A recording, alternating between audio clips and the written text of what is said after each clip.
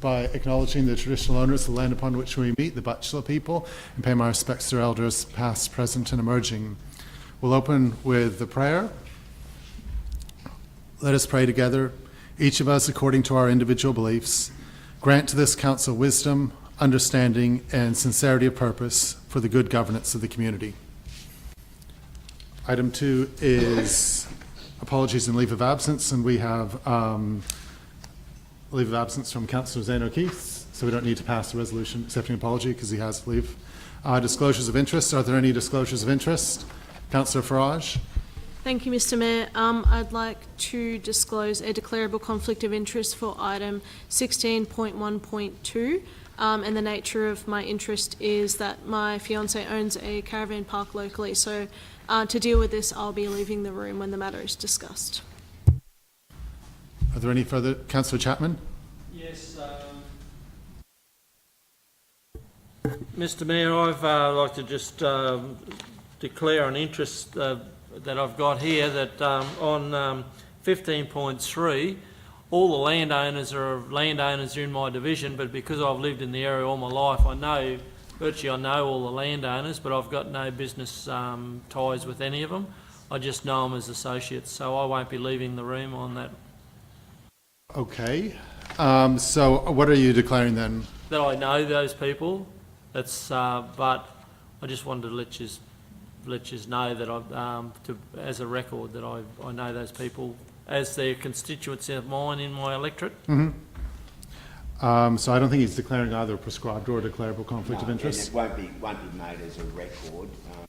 It hasn't actually made a declaration as such. Yeah. So, and the council hasn't made a decision. We only record decisions of council. So if Councillor Chapman wants a record of it, he can ask the council for them to decide whether he has a conflict of interest and whether he can stay in the room. Well, Mr. Mayor, I'd actually ask the council, would they like to make a decision on it and if I should stay in the room or not? Okay. So none of these people are related to you or you consider close personal friends? Nope. I'll move that Councillor Chapman is able to participate in the discussion and vote on the matter, including all subsequent discussions and decisions about the matter. The reasons Councillor Chapman is able to participate in the discussion and vote on the matter are as follows. Councillor Chapman has informed the meeting of a declarable conflict. You're happy with that? Yeah. Of interest in the matter in accordance with section 150EQ, and B, councillors present and able to vote on this matter except the following. The facts as outlined in the disclosure, that is that Councillor Chapman knows every single one of these landowners, and the declarable conflict of interest for Councillor Chapman in the matter is not considered to be significant enough to require Councillor Chapman to leave the meeting, and that it is appropriate for Councillor Chapman to remain in the meeting and participate in the decision. Second to Councillor Sanderson. Any speakers or questions? I'll put the motion. All in favour?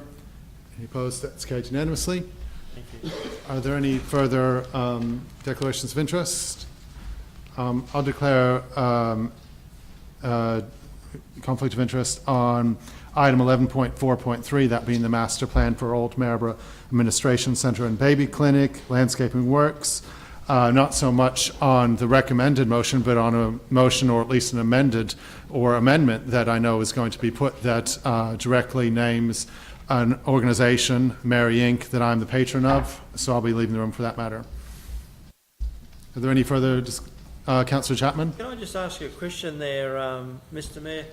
Being a patron, have you got a conflict? Because I think being a patron of an organisation, you haven't got a conflict. Probably not prescribed, but declarable.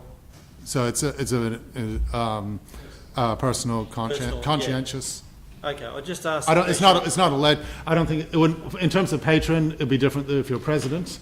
Yeah, that's right. It's more to do with public perception and personal ethics. Yeah. So the local government act and regulations prescribe that being a patron doesn't necessarily it's exempt from being a declarable conflict of interest, but conflicts of interest are personal in nature, and notwithstanding legislation that may exempt a councillor from having a conflict of interest, if the council believes they have a conflict, then they should declare it and leave the room.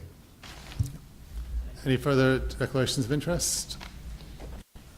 If you think of one during the meeting, raise it then. The next item is mayoral minutes. There are no mayoral minutes. Item 5.1, the confirmation of the minutes from April. Is there a mover for this? Councillor Burns, seconded Councillor Paul Truscott. Any speakers or questions? I'll put the motion. All in favour? Any opposed? That's carried unanimously. Item 5.2, the special meeting from April minutes, pages 16 to 19. Is there a mover for this? Councillor Cosgrove, seconded Councillor Farage. Any speakers or questions? I'll put the motion. All in favour? Any opposed? That's carried unanimously.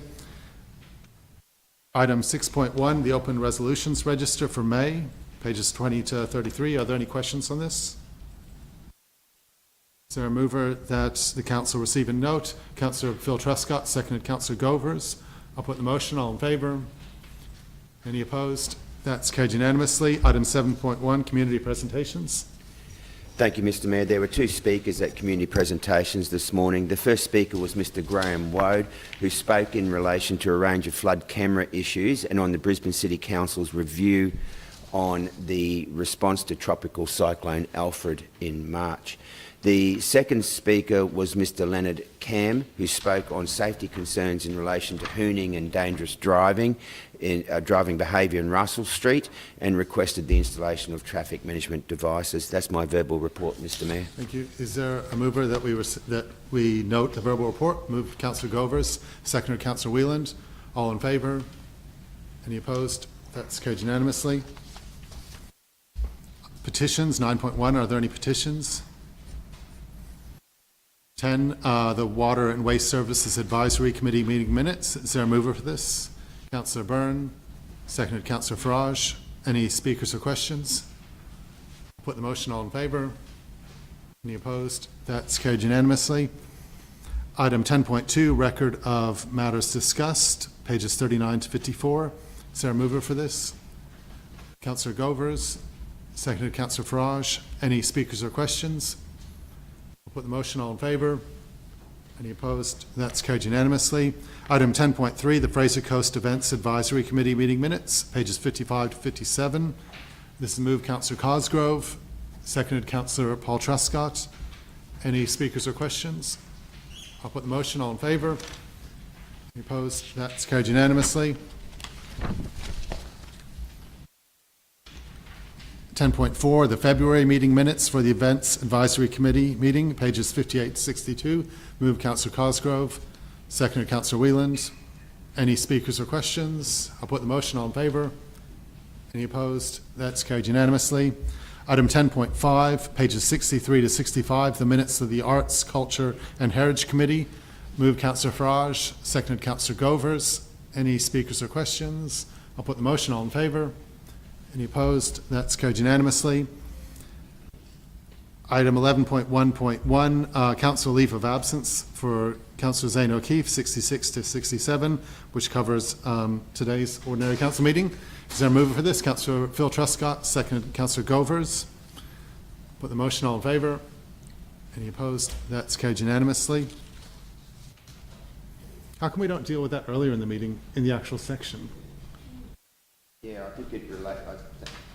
Sorry, thank you, Yeah. Mr Mayor, for your question. I think it relates to previous approvals and apologies, but probably I think it also relates to the order in the standing orders. So perhaps that's something we can change when we review the standing orders. Yeah, next. because the very first, what is it, item 2 is apologies and leave of absence. Yeah. Because technically, Councillor O'Keefe is absent until the council approves the leave. Yeah, so it would make sense. I mean, technically, when we dealt with item 2, we said he had leave. Yeah, You didn't? No, Yeah. that was my error, Mr Mayor. Okay. All right. Item 11.1.2, councillor meeting attendance for June 20 to 2025, 6870. Is there a mover for this? Councillor Chapman, seconded Councillor Farage. Any speakers or questions? I'll put the motion. All in favour? Any opposed? That's carried 7-3. You got the, yep. Item 11.2.1, amendment to corporate plan, pages 71 to 97. Is there a mover for this? Councillor Farage. Councillor Cosgrove seconding. Any speakers or questions? No? I'll put the motion then. All in favour? Any opposed? That's carried unanimously. Item 11.3.1, the Fraser Coast Local Heritage Register, proposed nomination for entry of Scarness Band Rotunda, pages 98 to 136. Is there a mover for this? Councillor Farage. Is there a seconder? Councillor Govers. Any speakers or questions? I'll speak briefly. This is, it's actually a surprise that this isn't already on the Heritage Register. It is quintessential Harvey Bay architecture. We have lost a lot of what used to be very iconic for Harvey Bay in terms of the shelters, the changing sheds, the different tourism infrastructure along the Esplanade. This is a survivor, celebrates its centenary in 2 years' time. It has been used for a whole wealth of different activities, both organized, fundraisers, bands, music, as well as more recreational, just people sheltering from the rain or the shade, enjoying being outside. I think it's a very significant building for Harvey Bay and the Fraser Coast, and it certainly does deserve heritage protection. This starts the step. This puts it out to consultation, and then we receive, puts it out for notification. People can put in submissions. Councillor Chapman? Thank you, Mr. Mayor. The history that this little shelter had it's not actually in its location now.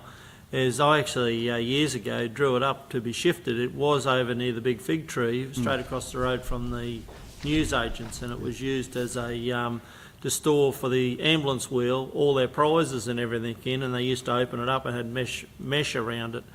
But in its early days, it would have been used a bit like the rotunda that's in the Botanical Gardens here, where the bands used to go down and play in the rotunda, and the community used to gather around and enjoy themselves with having picnics and that.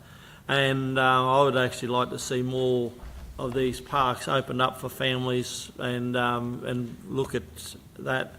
So this is sort of, this will be preserving it, this history. What we're doing here is it can be renovated or worked on, but it does keep it within our history for our area. So I will be supporting it. Thank you. I'll put the motion. All in favour? Any opposed? That's carried unanimously. Item 11.3.2, the response to resolution for rescinding of the conservation area rates concession policy. Is there a mover for this? Councillor Phil Truscott. Second, Councillor Farage. Any speakers or questions? Councillor Byrne. Thank you, Mr. Mayor. Just a quick question. I know that probably most of my questions were addressed during the agenda meeting, but I'm just wondering if the appropriate officer could answer a question on, is the difference between the residents' rates going to be affected much by taking these off of that register? Because it's only a few properties, I know.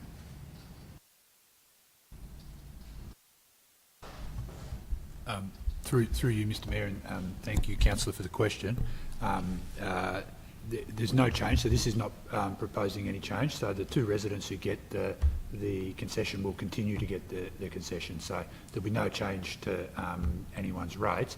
What this is proposing is that, as per the previous council resolution, which I apologise it took so long for me to get this report back, this is proposing a whole range of other initiatives that we might look at as we develop our natural environment policy and sustainability policy. So no negative effects for any of the current ratepayers, but potential future benefits for all ratepayers and the environment more broadly. Any further speakers or questions? Yeah. Councillor Byrne. Thank you, Mr. Mayor. Yeah, and based on that, then I'll support that. I was just a little concerned that we have some very pristine parts of the environment, and the properties that are listed are quite unique as to their location and everything, and I was more concerned that that would not continue on. So I'll be supporting this motion based on the fact that it's pretty much going to be retaining the status quo. So thank you. I'll put the motion. All in favour? Any opposed? That's carried unanimously. Item 11.3.3, RADIF program for 25-26. Is there a mover for this? Councillor Farage. Seconder. Cosgrove. Any speakers or questions? Councillor Farage. Thank you, Mr. Mayor. I just wanted to congratulate and thank personally the outgoing members of the RADF committee. I have the pleasure of being the chair of that committee, and you know, they do work really, really hard, and we really appreciate all of the insight that they bring, and also to congratulate the incoming members of the committee, and just that I look really, really forward to working with them alongside Councillor Govers, who's also in the committee. Thank you. Thank you. I'll put the motion. All in favour? Any opposed? That's carried unanimously. Item 11.4.1, the formal renaming of Irwin Extension Road as Boundary Road. This move Councillor Chapman and second Councillor Paul Truscott. Any speakers or questions? Councillor Chapman? Thank you, Mr Mayor. Mr Mayor, this was a project that when I first actually got in, about 10 years ago, 11 years ago, we brought it up. Councillor Taylor and Councillor Everard said that this is a project that you'll never ever get off the ground. And with working with our infrastructure team and looking at the design and getting traffic modelling, we made it a shovel-ready project. And 7 years ago, Mr Mayor, you and I went out with Michael McCormack and Keith Pitt, the federal members, and Michael McCormack was acting Prime Minister at the time. We went out and we both explained to him how crucial this road would be, and Michael McCormack, Honourable Michael McCormack, said to Keith Pitt, "Let's make it happen for the community," and they gave us $7 million for this project. I think that the other week we just got some counts off this road, and there's about 8,000 cars a day actually use this road. So I've just checked with the infrastructure director, that's about right? Yes, I was just, so it just goes to show you that this road, with working with the infrastructure team, how the modelling has actually worked, because it has taken vehicles off Boat Harbour Drive and it has opened these areas up for these people through that area. So I think it's great that we make it Boundary Road and we make it RON Road and we come up to Stirling Drive or Kawungan Way where the roundabout is there, Kawungan Drive, and I think it makes it a lot easier for people to know what that road is. So the renaming will be good. Thank you. Thank you. Any further speakers or questions? Thank you, Councillor Chapman. This has been a very important project that you've led for many years and been a real key part of from the moment you got elected to council in 2016. So I'll put the motion. All in favour? Any opposed? That's carried unanimously. Item 11.4.2, appointment of Deputy Chairperson of the Local Disaster Management Group. I'm not going to move the recommendation because it doesn't really work. I think, first of all, we have to accept Councillor Truscott's resignation.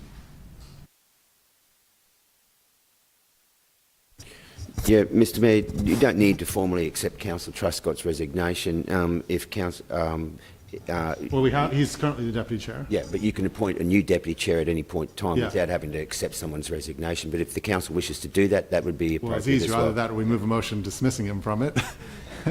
like we have a current Deputy Chair. So you could you could accept Councillor Truscott's resignation, and Mr Mayor, I would note that this has been discussed in the agenda forum. There's only been one nomination received for the position of Deputy Chair, and that's from the Deputy Mayor, Councillor Farage. And so you could move straight to appoint Councillor Farage as the Deputy Chair. So this is a position that goes with being Deputy Mayor. It's a position that requires statutory training and induction. It's quite an important position in times of disaster and community recovery. I thank Councillor Paul Truscott for doing it while he was Deputy Mayor, and before him, Councillor Chapman. So I'll move that Council endorse Councillor Sarah Farage for the position of Deputy Chairperson of the Local Disaster Management Group, and 2, in accordance with Section 10.1 of the Disaster Management Regulations 2014, Council appoints Councillor Sarah Farage as Deputy Chairperson of the Local Disaster Management Group. And Mr Mayor, would you want to also have the Council note the resignation from Councillor Paul Truscott as the very first part of that motion? Yeah, so make that number 1. Council thank notes the resignation of Councillor Paul Truscott. Thank you. And that's seconded Councillor Truscott. Any speakers or questions? I'll put the motion. All in favour? Any opposed? Congratulations. Next item is 11.4.3, and your turn now.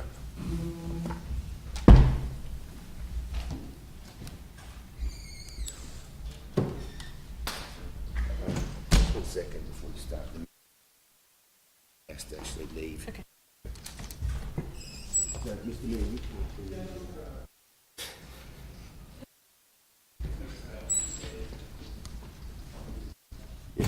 The mayor's left. Councillor Paul Truscott. Thank you, Madam Chair. If I could please move the officer's recommendations of point 1 and 2, and then add point 3, that engage with Mary Inc. and or other community groups to allow them to present a range of potential community-funded art installations and furniture to be incorporated into the landscape design for the consideration of council. Okay, and is there a seconder for this? Okay, Councillor Byrne, did you wish to speak to this, Councillor Truscott? Thank you, Madam Chair.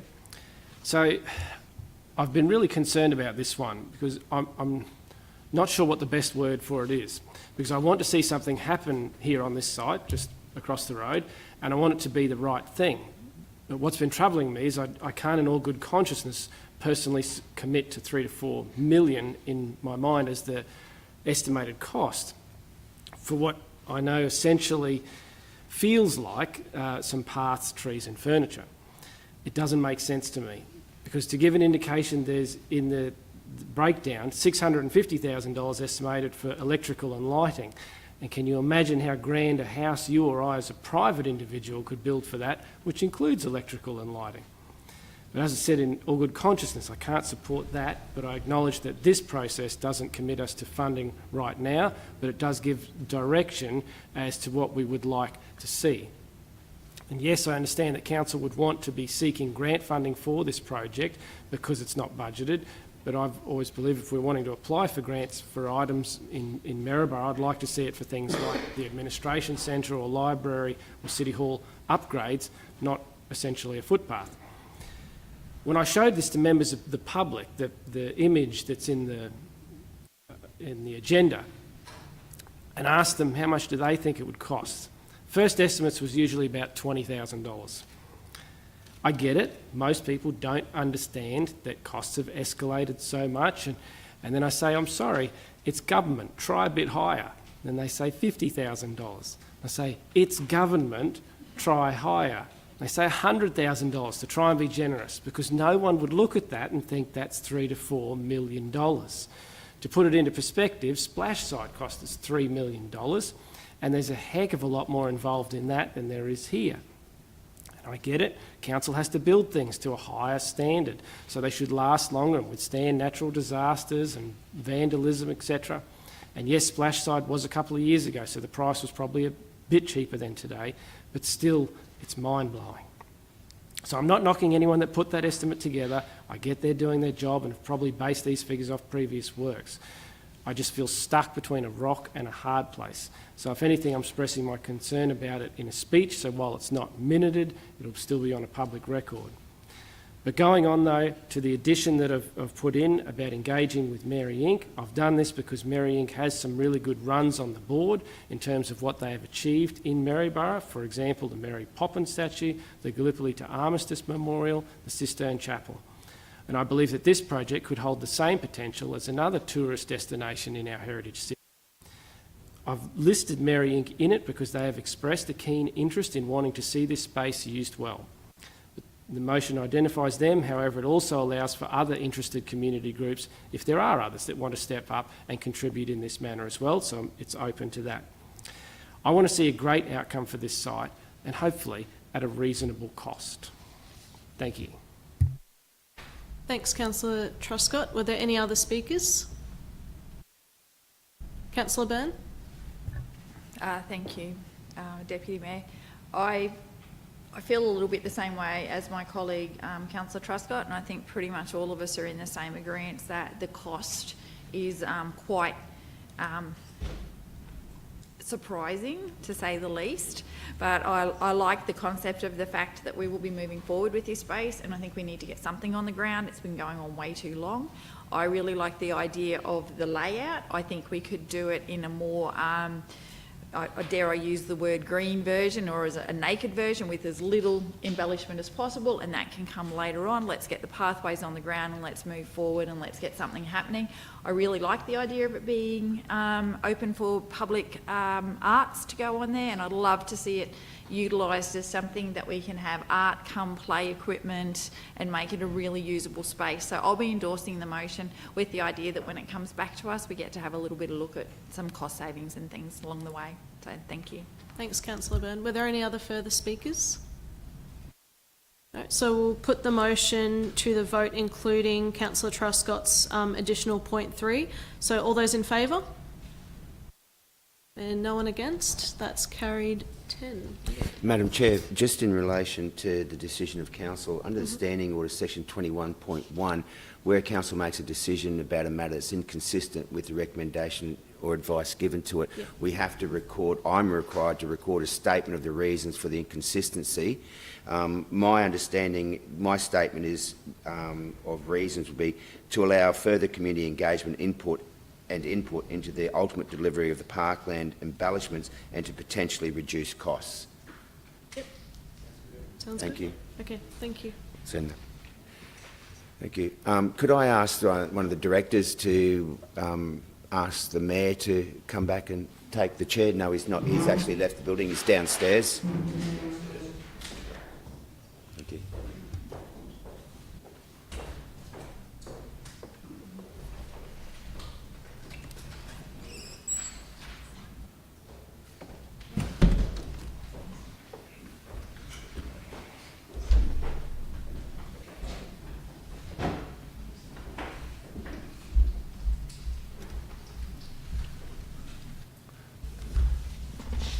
Okay. 11.5, Mr. Mayor.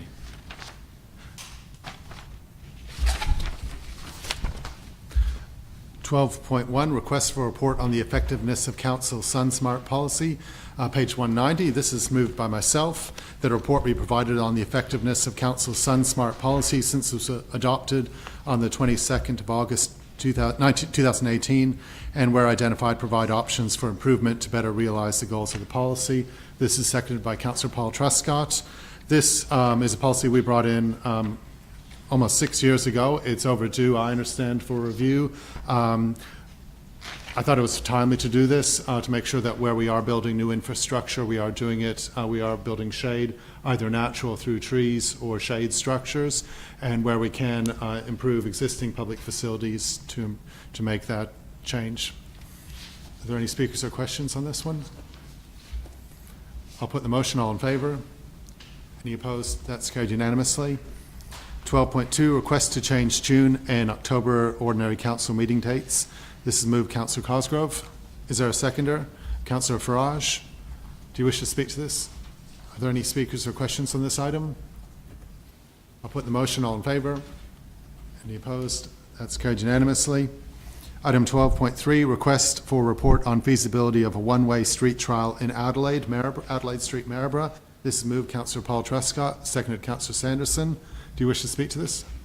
Thank you, Mr. Mayor. The idea of turning this section of Adelaide Street between Alina and Kent into either a mall or a one-way strip has been something of discussion for quite some time now. It was raised 11 years ago in council and put aside at the time, but the discussion continued. And there's still some interest to see what potential it might hold for the community. Councillor Sanderson and I have personally visited every business in this section of Adelaide Street to make them aware that this motion was going to be brought forward at today's meeting. 3 weren't open, so we left them a letter, but the rest we did speak to and shared the idea with them. And I think it's important to note that while this is only just asking for a report at this stage, not one of the businesses that we spoke to was negative. There was 3 that were a bit neutral, and the rest were positive and interested and thought at least worth investigating the idea. So it's good to see that there was the report done some time ago, so hopefully that helps the process now, should this motion pass. So, and however, it's slightly different to the plans that were done from 11 years ago, and we believe that this could be done as a trial using temporary infrastructure to gain an understanding of if it will work or not. whatever teething issues there are, but ultimately to increase pedestrian activity in the street, for people to feel safer, for cafes and whatnot to branch out a bit, give people more space and just try a different feel and a different vibe right in the CBD.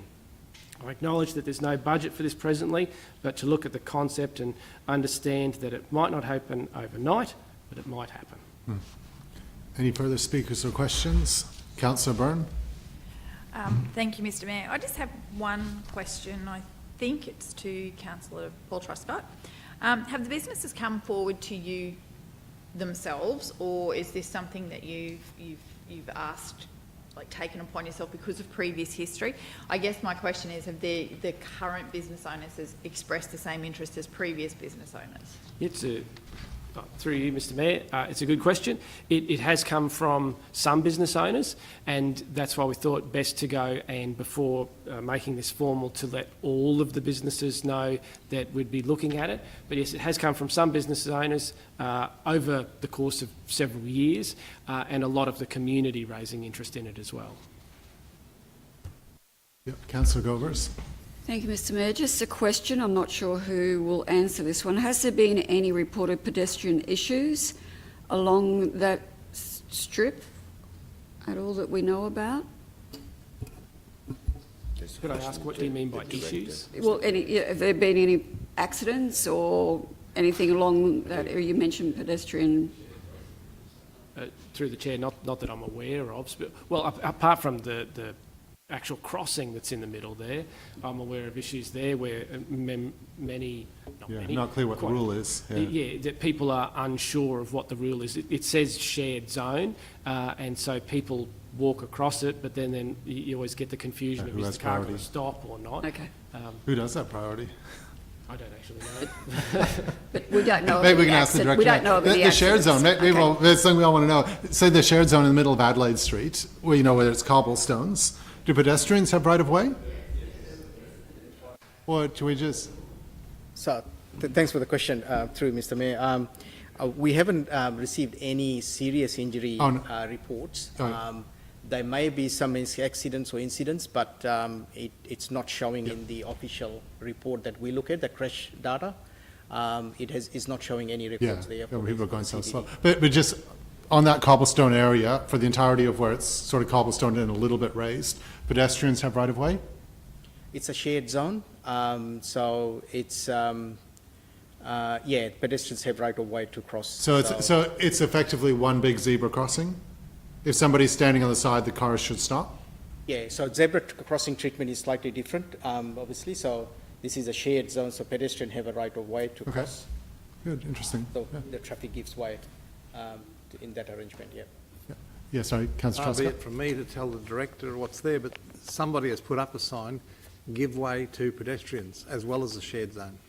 Well, that makes it clearer, because shared zone doesn't really say who has priority, So, But pedestrians have the right of way over cars anyway, by law. Sometimes, some places they do that to make it clear for pedestrians who's got the right of way, so, Councillor Byrne? Thank you, Mr Mayor. Just another question. I'm unsure. I think this would be probably more likely to be towards the directors.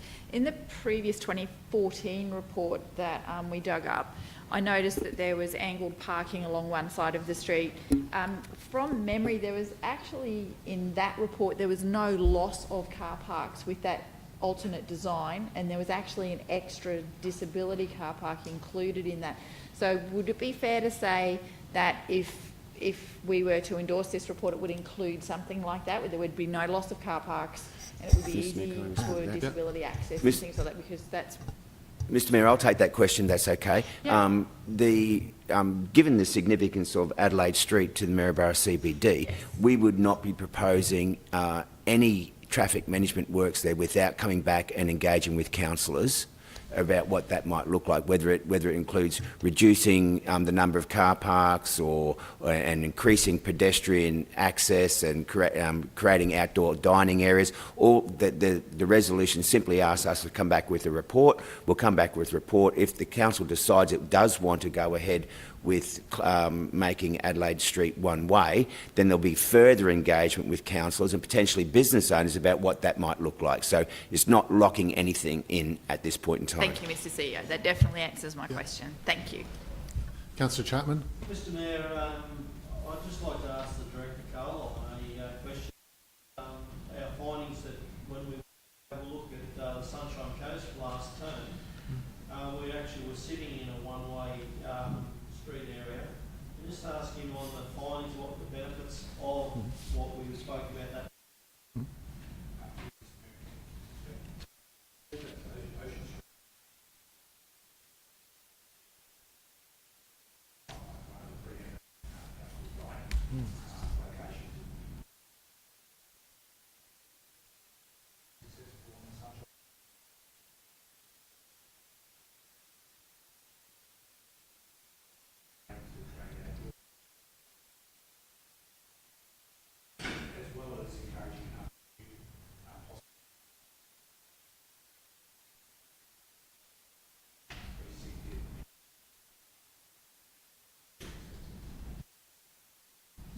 Mr Mayor, I'd actually like to speak for this motion, this trial.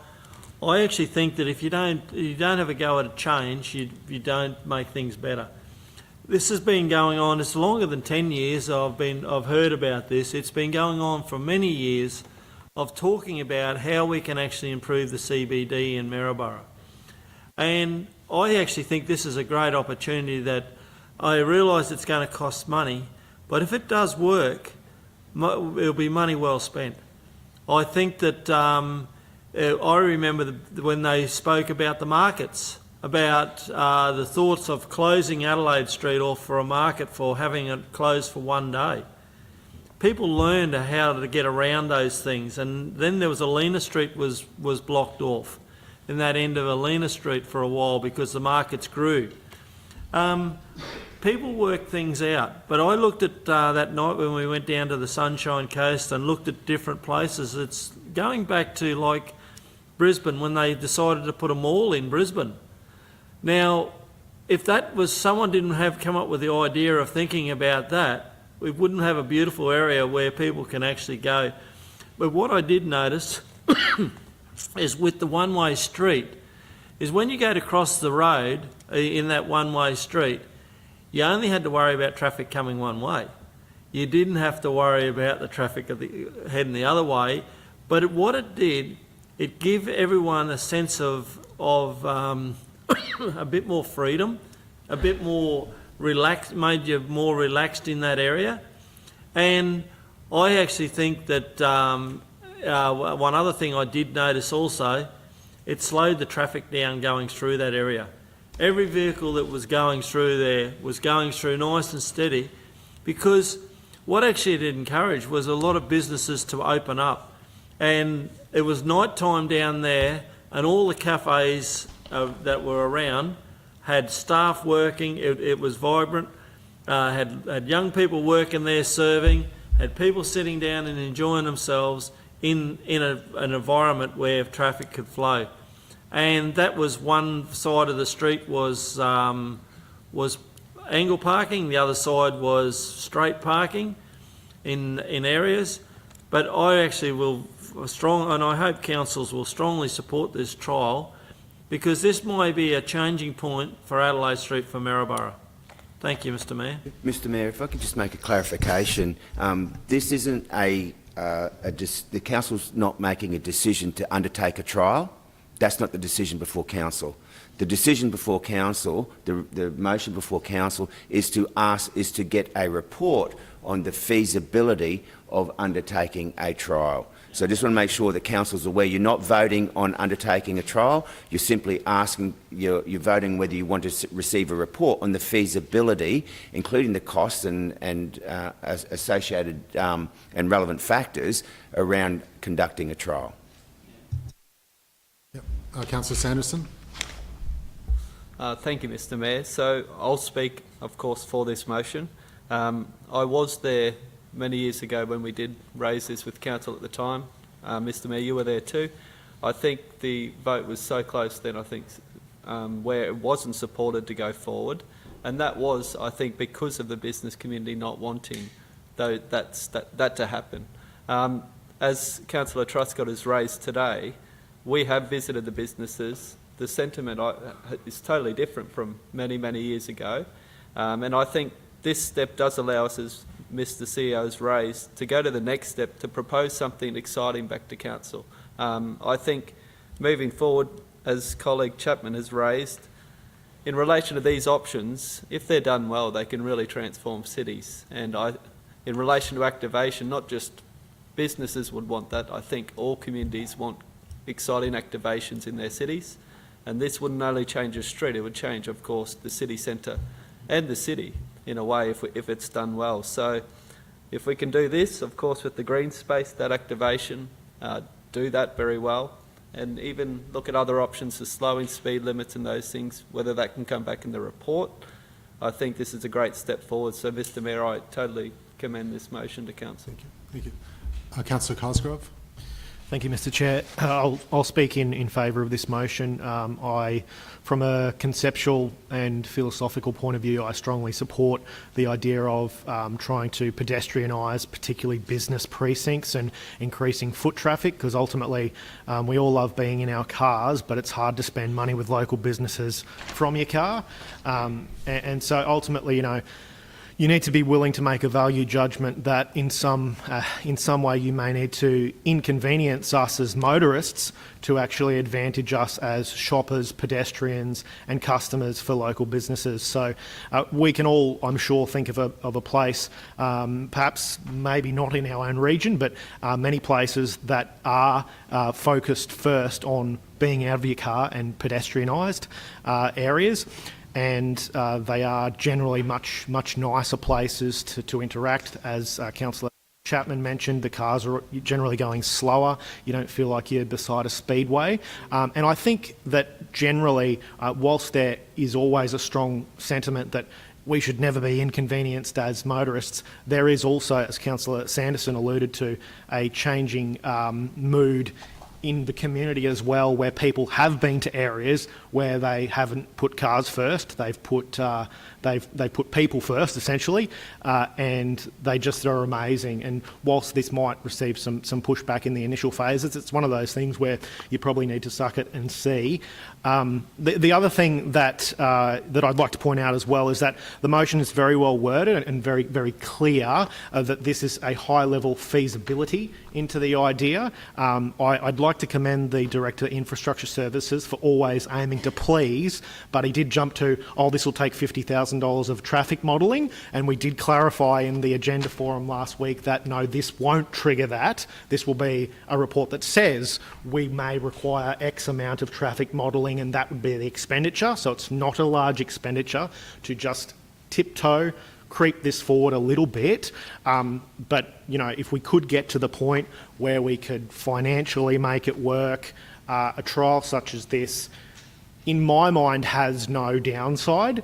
You'll inevitably have some people who are disgruntled about it, but I think ultimately you need to give people the opportunity to sample what this could be like, and then after a real period go yay or nay. And if we can achieve that with temporary infrastructure at a reasonable cost, or perhaps infrastructure that we could then move to another location to trial, certainly I think we could look at nodes on Harvey Bay Esplanade, for example. I think this is a real winner, is a step forward in a good direction. And ultimately, if we're about livability, then I prefer to live out of my car, not in it. Thank you. Any further speakers or questions? I'll put the motion. All in favour? Any opposed? That's carried unanimously. Item 13.1, response to question on notice from the ordinary meeting number 3, pages 192 to 200. See from the report, this was a question I asked. I'll move that Councillor note the response to the question on notice from the March 2025 ordinary meeting. This is seconded Councillor Farage. Any speakers or questions? I'll just note that the Office of CEO gets a 97% local spend, which is pretty good. The lowest local spend is Strategy, Community and Development on 37%. Oh, yeah, Justine, come on.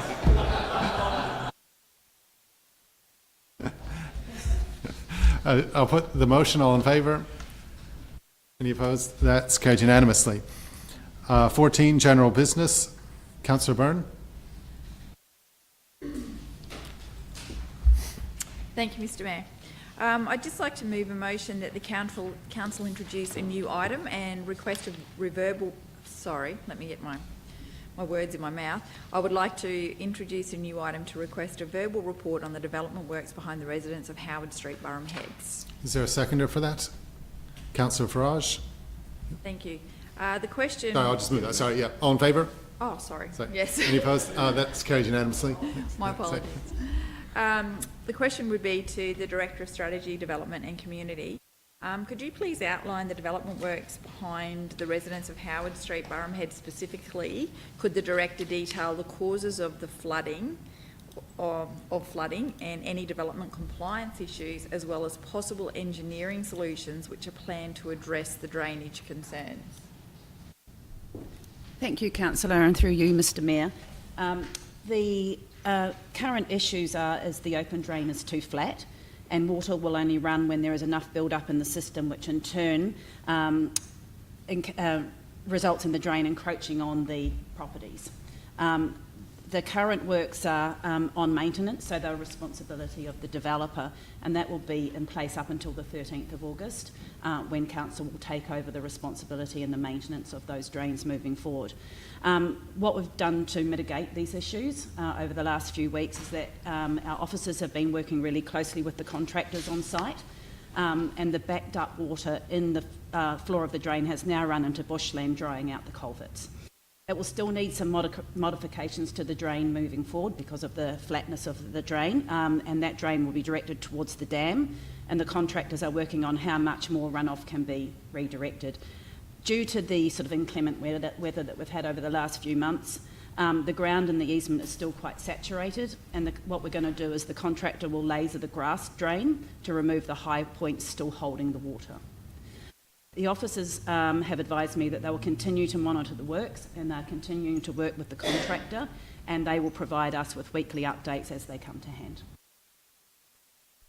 Mr Mayor, if I could just add to that, it's my understanding that the works will not come off maintenance in August if they haven't resolved the issue. So whilst the acting director said that becomes off maintenance and the council's responsibility in August, we will not allow them to come off maintenance and become our responsibility if they haven't resolved those drainage issues. Just looking for confirmation from the acting director of that.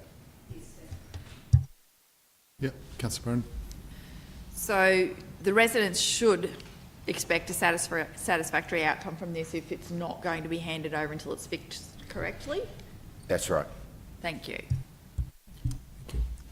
Did you want to move the motion? Yep. I'd also like to make a motion, please, that the council make verbal.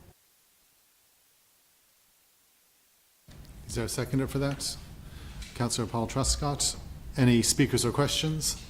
Put the motion. All in favour? Any opposed? That's carried unanimously. Councillor Truscott. Thank you, Mr Mayor. I'd like to move a motion that Council introduce a new item to request a verbal report on the netball facilities in Cheapside Street and the lease with the Maryborough Netball Association. Thank you. This is seconded. Councillor Cosgrove. All in favour? Any opposed? That's carried unanimously.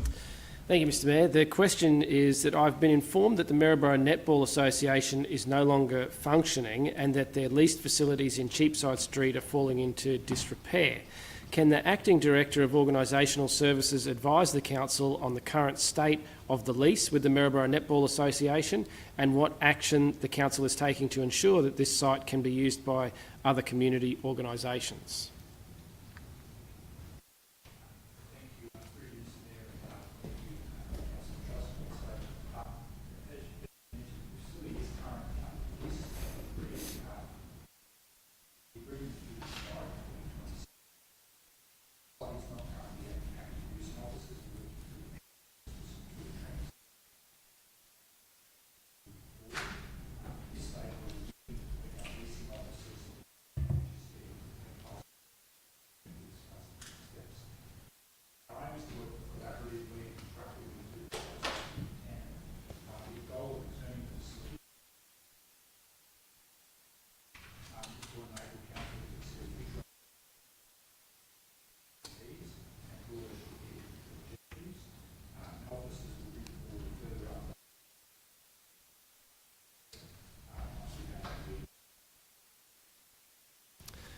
Thank you for that, Director. I look forward to that outcome. With that in mind, Mr Mayor. You might want to repeat that answer. Benefit of the... Sorry, Jared, I don't think you had your microphone on. Could you provide just a quick summary? My apologies, I'm hopeless on that. The short version is officers are meeting with the association on the 4th of June to discuss either reactivation or ideally an early termination of the lease if they're open to that. At the moment, they're not in breach of their lease, which runs to 2027. Yeah. Councillor Byrne?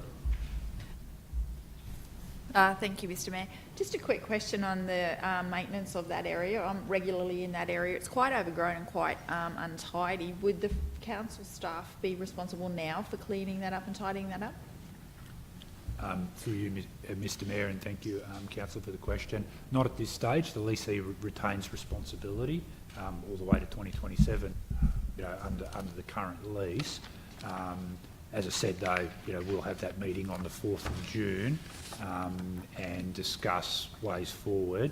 It may be that council needs to clean it up. It may be that we expect the lessees to do that. It's hard to envisage exactly what the future use would be, but normally, assuming one of the outcomes could be that they hand back the lease, we would normally tidy that site up and then potentially look at other lessees who might want to use the site. Councillor Cosgrove? Thank you, Mr Chair. Just for clarification, is it okay for me to ask a question now, or do I need to ask it as per the motion that presumably Councillor Truscott's... I know it's splitting hairs, but should have... Oh, you can ask a question now. Yeah. To the Director, so the current state has not put them in breach of their lease. What would trigger sort of a state of disrepair or disuse that would actually trigger a lease clause that would allow us to end leases of this type in future? Yeah, thank you, Councillor Cosgrove, and through you, Mr Mayor.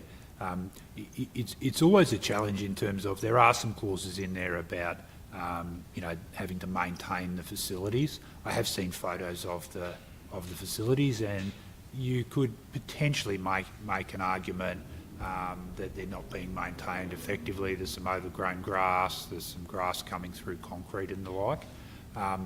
Having had a look at those though, they're not necessarily at a scale that many of our other leased properties which are being actively used are similarly maintained in. So there's a bit of subjectivity in terms of if you were to call on those maintenance clauses, which is why we're seeking to do it in a more constructive and collaborative way to meet with the group.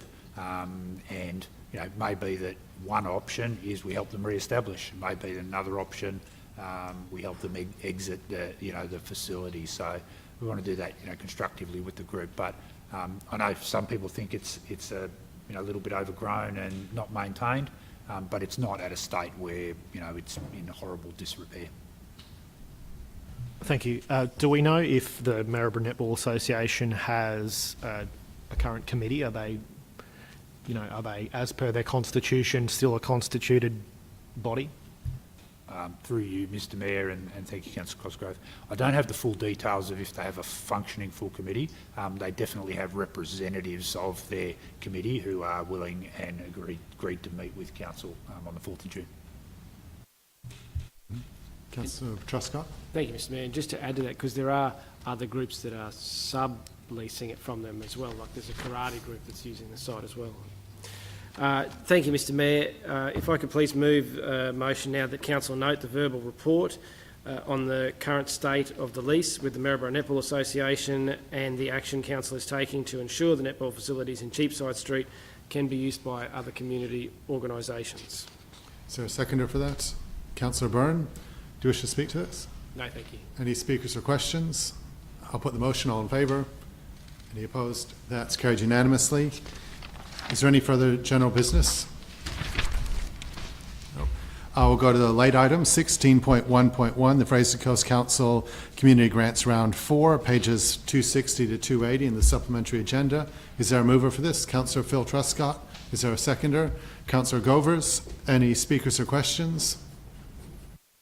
I'll put the motion then. All in favour? Any opposed? That's carried unanimously.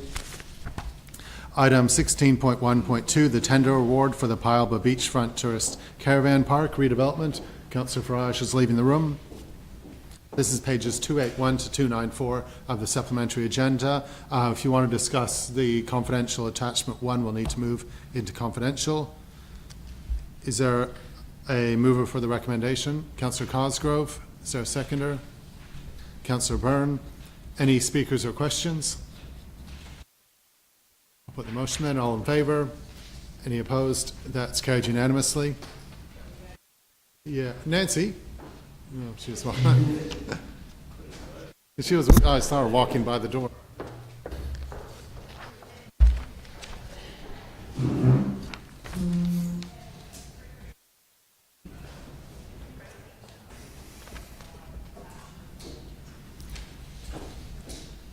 Okay. The next item is 16.1.3, the Organizational Performance Report, pages 243 to 259. Can I just ask the Director for Water and Waste Services about two of the graphs on pages 254? Was John left? Sorry? Yeah, sorry, this is item 16.1.3. So in terms of the top graph, the environmentally relevant activity breaches, can you walk us through what happened in April? Is this the highest level we've had for some time of E. coli and other environmental Thank issues? you for the question, Mr. Mayor. And so just for yourself as the chair, the chart really reflects the seasonal influence that we have in terms of the operation of these licences. So overall, it's a wet weather influence, and you see it through the wet weather period between December and April. I'd have to take the question on notice about whether that was a record. We have had high-level exceedances, you may recall previously, particularly with the licence at Tugum. In April and probably late March, we had record wet weather through that period. So Yes. in Tugum, there was 539 millimetres of rainfall in March and a further 110 millimetres in April.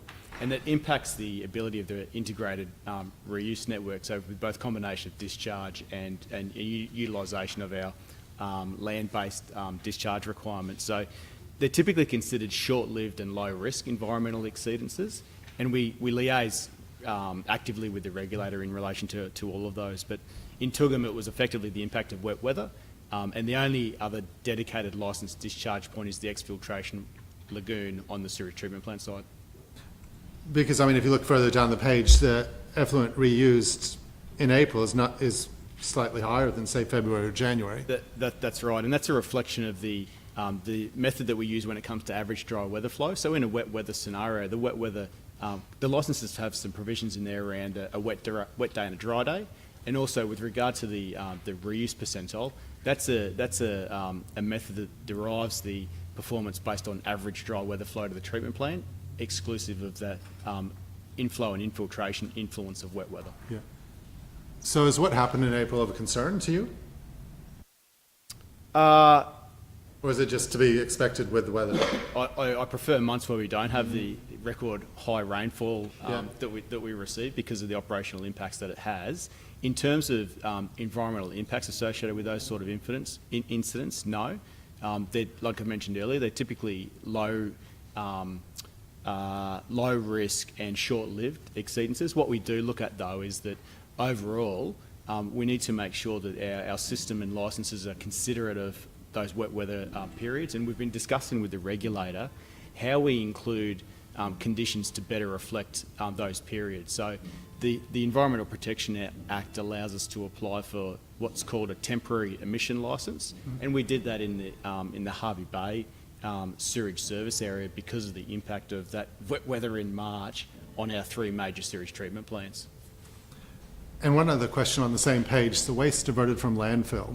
Would you anticipate that, say, in a year's time, we will see some sort of change in this graph due to the new material recovery facility coming online. Will that, in a year's time, if we look back, will we see that in this line? Yeah, thank you for the question, Mr. Mayor. I don't think it'll be a material impact. The recyclables volumes have been influenced probably in a material way through the implementation of the container refund scheme. It's been really successful, and it's taken a big volume, and particularly weight, glass is heavy, taken that out of the recycle stream. I don't think the MRF will. I think the improvements we'll see with the MRF relate to a reduction in contamination with the inflow or the volume of recyclables coming to the plant. I don't think we'll necessarily see it on this particular chart when it comes to waste diverted from landfill. I think there's other diversion initiatives that we'll need to invest in to really see a material change in that particular chart. So how will you measure the success of the new MRF then? The measure of success for the new MRF, I think, will be through some of the other data in relation to contamination rates, quality of recyclables coming out of the back end, and the markets that we can provide them to. So that's not a chart that typically shows on the organisational performance report. It is, some of those charts, I believe, are certainly presented to the Alliance Leadership Board for the MRF, and I'd have to look back at our Directorate Performance Report for the Water and Waste Advisory Committee. Mm-hmm. And it's interesting, we're always above the state average for this, and yet we're about to be absolutely hammered by the waste levy, even though we're always above the waste average. What do you think we can do to increase this waste diverted? There's three. So this is a combined chart, Mr. Mayor. In terms of the Queensland Waste Strategy, it looks at three different streams of waste, which are effectively municipal solid waste, our residential waste, commercial and industrial waste, and construction and demolition waste. And so what we do tend to see is our diversion from construction and demolition is actually quite high. Municipal solid waste can be up and down, but close to the state average, I believe, and commercial and industrial is where there's a big opportunity. So the big levers to pull are investment through things like the organic bin, where we've undertaken the bin audits that have identified just the volume of organic waste that still turn up through that waste stream. But at this stage, we're still working through that, given the implications of some of the regulatory changes when it comes to downstream processing of those organics. Overall, I think the Fraser Coast does really well, and that chart shows that, but there's opportunities going forward in terms of how we can mitigate the financial impact of that waste levy as it flows through. Mm-hmm. Any further questions on this report? Is there a mover that we receive and note it? Councillor Byrne, is there a seconder? Councillor Govers. I'll put the motion. All in favour? Any opposed? That's carried unanimously.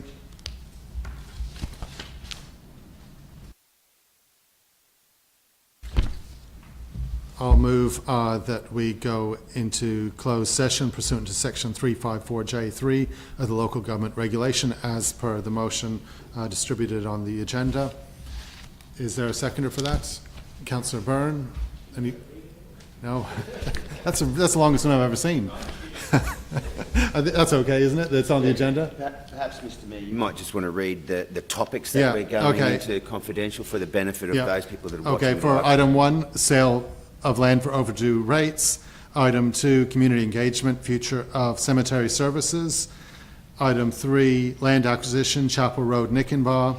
Item 4,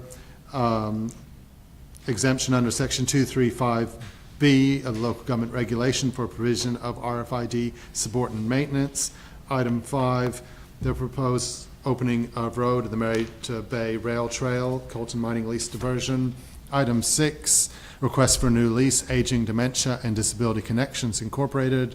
And item 7, request for new lease, Brett Vale Propriety Limited. Is a seconder for that? Yeah, Councillor Byrne. I'll put the motion. All in favour? Any opposed? That's carried unanimously.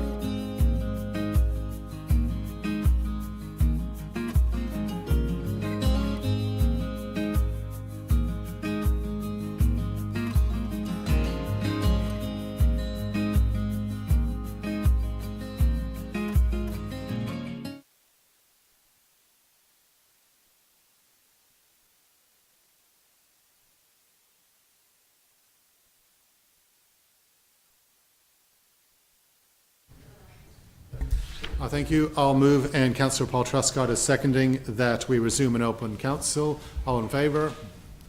Any opposed? That's carried unanimously. First, go to item 15.1, sale of land for overdue rates and charges. This is moved Councillor Byrne, seconded Councillor Paul Truscott. Any speakers or questions? Councillor Cosgrove? Yeah, thank you, Mr. Chair. Just to speak in favour of this motion, with the comment that this isn't a particularly pleasant part of council business. However, something that I take, I guess, some comfort from, and that we have been informed of, is that this process essentially triggers a letter that allows people to access the superannuation if that's something they're looking to do. You could get into a discussion about whether that point should actually be prior to this, but nonetheless, I think that is an important thing to note. But I would also say that we are also reliably informed that people potentially don't choose not to pay their rates for a range of reasons. It's not always hardship. And yeah, obviously still unpleasant, but ultimately in the interest of equity for the majority of people who do pay their rates, there has to be a line drawn, and the line is drawn often after many years. So a difficult task, but nonetheless, I think a necessary one. Thank you. Any further speakers? Councillor Byrne? Thank you, Mr. Mayor. I too would like to have it on record that nobody wants to auction property at all. It's not a pleasant part of the job, but I do feel that it's important to know that these properties aren't missing one or two rate payments. This is over a period of years. And I'd also like to commend our officers for working hand in hand with the residents in particular and the properties affected to try and come to some sort of arrangements, and that they have worked extremely hard to resolve the unpaid rates. But like you say, we all pay our rates, and it's not just a one or two off missed payment here. We're talking about years and years and years. And I also reiterate that it will give some of these residents the opportunity to actually claim hardship through the sale of their rates, which will see some of these properties not sold, and hopefully these residents will be able to retain their properties. Thank you. Any further speakers or questions? I'll put the motion. All in favour? Any opposed? That's carried unanimously. The next item is 15.2, community engagement on the future of cemetery services. This is moved Councillor Byrne, seconded Councillor Cosgrove. Any speakers or questions? Councillor Cosgrove? Yeah, thank you, Mr. Chair. I think this is certainly for me an important community engagement piece, because it's sort of hard to work out where community sentiment might be when I don't personally feel particularly strong about it. I think, the reason we need to do informed community engagement is because, we are always making value judgments and potentially trade-offs in everything that we do with council and in this chamber. And at a potential $8 million cost with a 63-year payback period, you have to ask, what is the community foregoing for the sake of I guess you would almost say the opposite of livability. In saying that, I completely respect people's right to choose a burial if that is their preferred form of, entering the next life. I would say that, that $8 million is not something to flippantly assess. It should be an important part of the discussion. And this is also an opportunity where we probably should be making the case as a council, and obviously we, as individual councillors, we all need to make our own judgment, but this could be a real case for, I think, regional unity in terms of offering services to the whole of the Fraser Coast. We have an immense amount of capacity remaining at the Maryborough Cemetery, and you would have to ask in other centres, is that an unreasonable distance of travel to visit loved ones who have passed on, potentially not.